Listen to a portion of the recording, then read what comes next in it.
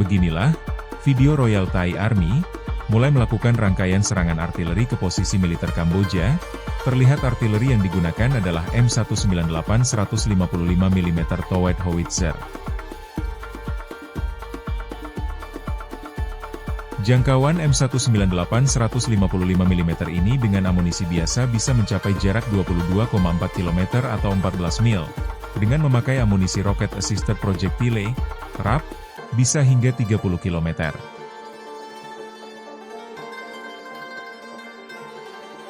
Sementara itu, video unik juga terekam kamera, di mana saat warga lokal Kamboja nonton bareng, saat proses peluncuran PLH-81 122 mm MRLS dengan menggunakan amunisi roket Shi-40, milik Royal Cambodian Army yang menargetkan ke wilayah Thailand.